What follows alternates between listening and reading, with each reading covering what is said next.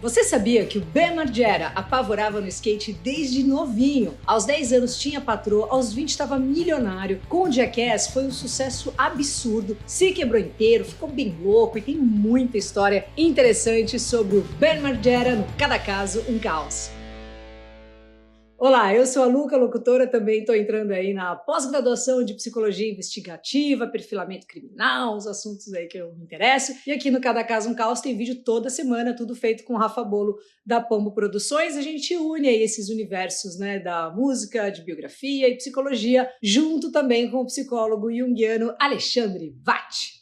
Brandon Cole Margera nasceu no dia 28 de setembro de 79 na Pensilvânia. Ele é o filho mais novo da April e do Phil Margera. O pai largou o trabalho ali para ficar com os filhos, cuidando mesmo ali dos pequenos em casa e tal. E era estilo total livre, assim, deixava a molecada solta na rua o dia inteiro e o pequeno Brandon não parava um segundo. E ele, com seus 3 aninhos, já curtia se arrebentar para fazer as pessoas darem risada. De tanto dar com a cara nas paredes da casa, o avô deu o apelido que a gente conhece até hoje, Ben, inspirado aí no barulho das pancadas, né? Tipo, Ben. Se o pai deixava correr solto, a mãe também deixava. E super apoiaram aí quando, aos 8 anos, ele se apaixonou pelo skate e simplesmente, assim, apavorava muito. Pra você ter uma noção, quando ele colava no parque ali pra meter umas manobrinhas e tal, toda a molecadinha já parava pra ficar ali assistindo de cara com aquele menino. Não demorou muito, né, pra que a casa dos Margera ali virasse o point da molecada do skate. Eles montaram, então, uma pistinha, né, no fundo da casa e no final do dia a mãe fazia janta ali pra geral. Claro que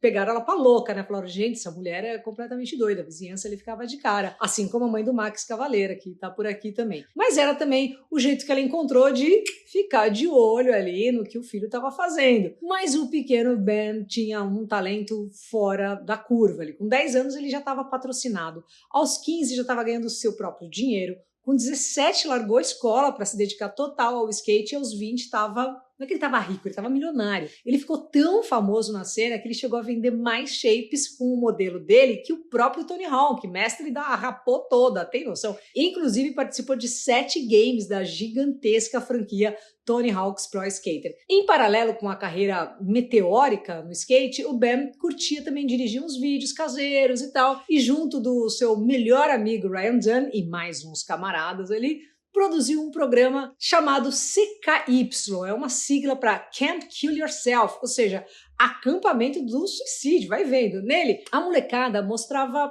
tudo que sabia no skate, além de se arrebentar fazendo tudo que é tipo de maluquice. Realmente eles arrebentavam no skate, numa evolução ainda mais sem limites ali do que o Ben fazia quando era pequeno. O programa rodou o underground assim e chamou a atenção de uns caras de uma revista de skate que faziam uns vídeos caseiros e tal, uma coisa meio parecida. Eles estavam na pegada de fazer um programa para TV, né? Não tinha YouTube, nada disso, televisão era o foco ali. E decidiram juntar forças com o Ben. Foi aí que o Johnny Knoxville, Stevie O e o Chris Pontius fecharam o elenco de uma das séries mais insanas de todos os tempos, o antológico Jackass. Foi um sucesso, assim, avassalador. E, claro, era a receita perfeita ali para deixar a família tradicional em choque. Até então, ninguém nunca tinha visto uma parada tão insana, violenta e nojenta na TV. Nenhum integrante tinha limite nenhum, mas os que mais extrapolavam eram o Ben e o comparsa Ryan Dunn. Tanto que sobrava para eles as paradas assim que, tipo, não, esse aqui eu não vou fazer, sabe assim? Ninguém queria fazer, aí chama eles. A MTV ficou de olho ali, se ligou nesse potencial e entendeu que o Ben era o mais popular da série e resolveu dedicar, então, um programa só pra ele, o Viva La Ben, que era tipo um BBB da família Margera, assim, na pegada que o Ozzy fez ali no The Osbournes, lembra? Só que 1000 vezes mais caótico. Olha, o que o Ben fazia pra sacanear com os pais, não tá escrito. Era como se fosse uma extensão do Jackass com todas as maluquices escatológicas possíveis. Apesar de fazer um pauta sucesso, essa é uma das séries mais polêmicas, né? Um dos motivos seria o tio do Ben, o Don Vito, que era um personagem super querido ali na série e tal, só que anos depois foi acusado de abusar sexualmente de um menor de idade. O outro motivo seria a morte do melhor amigo, o genial Ryan Dunn, que rolou, né? Esse foi em 2011, depois de um acidente de carro, super trágico assim. Essa foto aí foi tirada poucas horas antes, ele estava num bar com um amigo, encheu a lata prata aí bateu a quase 200 quilômetros por hora. O Ben conta que nessa hora ele estava em outro estado, numa festa ali com os amigos, e quando deu tipo meio-dia e meio ali, ele falou que teve um surto, ele surtou do nada, começou a quebrar tudo que tinha em volta dele ali, sem o menor motivo, sem entender porque ele estava fazendo aquilo, o que ele estava sentindo. Foi aí que pouco depois ele recebe o que ele diz ser o pior telefonema da vida e descobre que o melhor amigo morreu exatamente ao meio-dia e meia. O Ben ficou super desesperado, saiu correndo ali para o lugar. Quando ele chegou e teve a confirmação, né, do acidente, da morte do amigo, ele ficou completamente devastado aí pelos vídeos, né, pelas fotos e tudo mais, dá para sentir de longe a dor do cara. Esse trauma foi o estopim ali pro downhill que o Ben teve nos próximos anos. Começou a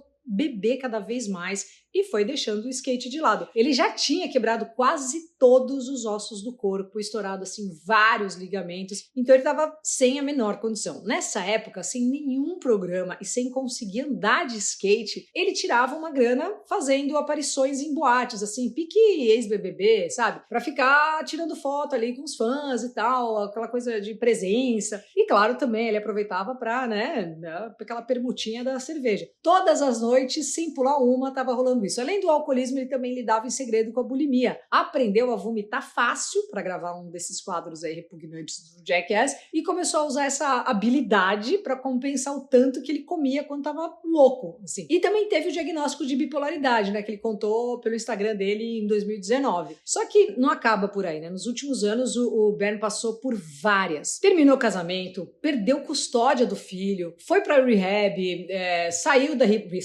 fugiu da rehab, ficou desaparecido, foi encontrado, botaram na rehab de novo, passou 5 dias entubado na UTI por causa de uma Covid pesadona, enfim, só BO. E no meio desse rebosteio todo veio a demissão do último filme do Jackass, que deixou ele assim ultra pistola. Além de falar várias dos caras, ele processou geral. O Steve-O respondeu dizendo o seguinte: todo mundo fez o que pôde para ter ele no filme e tudo o que ele precisava era não ficar chapado. E aí ele fecha dizendo, então ele foi lá e ficou chapado. Mesmo no meio da treta toda, recentemente o Steve-O pegou pela mão ali ele, né, e botou o Ben para abrir os shows da sua turnê naquela vibe da mãe, né, de manter por perto para não fazer tabós. De começo tava tudo lindo, mas não demorou pro Ben vacilar de novo. Ele postou uma foto no seu Instagram ali falando várias sobre o Knoxville, né, na legenda, deixando o Steve-O puto de novo. Ele chegou a dizer, assim, num comentário que depois ele meteu o delete ali, que o Ben foi abençoado por ter o filho dele no palco e ao invés de aproveitar esse tempo com o moleque, saiu do show e foi encher a cara. E ainda completou dizendo assim, ó, eu gostaria que você soubesse o quanto eu odiei me sentir preparado para a notícia da sua morte, mas você tá deixando claro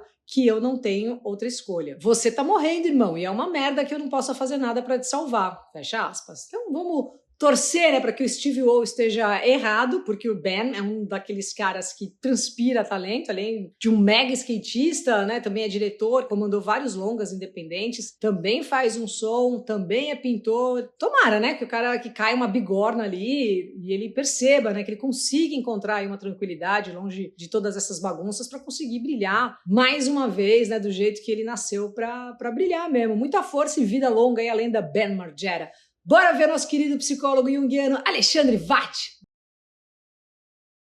Salve, Luca, e toda a galera querida aqui do Cada Caso um Caos. Hoje eu vou falar sobre o Ben Margera, ou o Ban, como ele ficou conhecido no Jackass, né? Olha só que importante o episódio de hoje, gente. Nós, com esse episódio, vamos falar da importância de se fazer um bom diagnóstico. Porque olha só que interessante, quando você olha a vida do Ban, você vai falando, nossa, o menino prodígio e tal, né? Tem uma trajetória meteórica. Aí você fala, nossa, que legal, superdotado ali no skate, com 20 anos já era milionário. Opa, será que isso aí é normal? Aí você vai começar a ver ali as discrepâncias. Vão começar a acontecer as oscilações. Ele começa a ter ali um pouco de depressão, problemas, e aí começa a ter problemas sociais, problemas aí de relacionamento, problemas com drogadição, álcool, e aí ele vai desenvolver a bulimia, que é um transtorno alimentar, onde eu provoco o próprio vômito para se esvaziar ali dos conteúdos literais, mas também dos conteúdos psíquicos, do quê? Dos exageros. E aí olha só que importante, em 2019 ele vem a público e fala sobre o diagnóstico de bipolaridade. Vocês percebem que muitos anos depois que vai se fechar esse diagnóstico, embora na psiquiatria o diagnóstico de bipolaridade seja um dos mais consolidados que a gente tem, às vezes os profissionais passam, né, despercebido por ele. Por quê? Que vai tratando a depressão que aparece, aí da antidepressiva essa pessoa sobe de novo e vai para a mania. Então vamos deixar claro o que é o transtorno bipolar, tá? O transtorno do humor bipolar é um transtorno de oscilação do humor, que vai levar a gente lá para cima com uma energia super aumentada, que é o que a gente chama de mania, né? Porque tem tanta energia que a pessoa fica ali gigantesca, se sentindo às vezes Deus, e depois desce e vai levar para uma depressão, para uma falta de energia completa. Só que entre a mania e a depressão, nós temos a hipomania, que não chega a ser uma mania, mas é uma energia aumentada, e às vezes você não percebe o diagnóstico. Tem gente que você fala, essa pessoa é energizada, nunca está doente, está sempre bem e tal. Opa, será? E o outro é um tom meio cinza, que é a distimia. Não chega a ser uma depressão, a pessoa não fica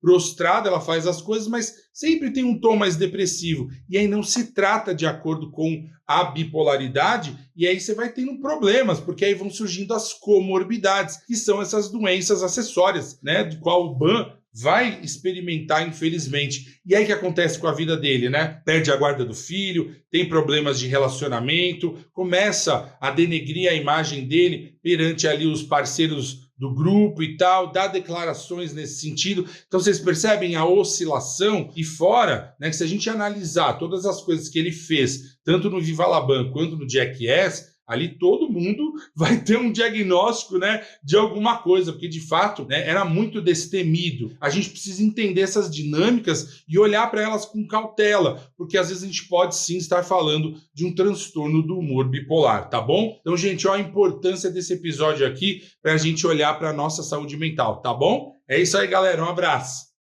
Valeu, Alexandre Vatti, querido, e também a geral aí que curte, comenta, compartilha. Bora passar o vídeo aí pelo WhatsApp para geral, que isso ajuda e muito a gente. Tem também os nossos membros aqui, né? O Juca Filho, o Rage Lupe, Júlio César, o Tom Miller do Verdade Mundial, que é bem legal esse YouTube também, o Aniel 189, o José Inácio Horta, a Deia Fernandes, né? O Instagram dela é a Costura da Deia, o Fábio Rocha, Elane Barbosa, a Fabi Alencar, né? Vocês são demais. Valeu e continua aí assistindo os vídeos. Semana que vem tem mais, toda semana tem vídeo inédito, e me segue no Insta, Luca89FM, fechou? Valeu demais!